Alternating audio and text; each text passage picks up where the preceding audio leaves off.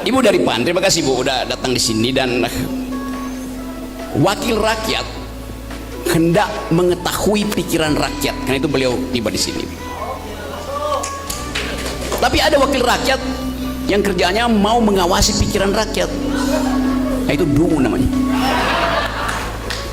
Kita memilih wakil supaya kita tidak dibebani oleh pekerjaan teknis bolak-balik mengawasi presiden.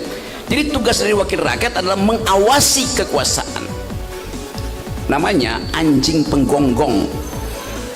Tapi ada orang yang marah kalau saya bilang Anda wakil rakyat, artinya Anda anjing penggonggong. Bukan, kami bukan anjing, kami manusia. Iya tahu. Tapi dalam teori politik, watchdog itu dia tugasnya menggonggongi pemerintah, bukan menggonggongi rakyat. Nah, kalau ada anjing penggonggong yang gonggongi rakyat, ketok aja palanya.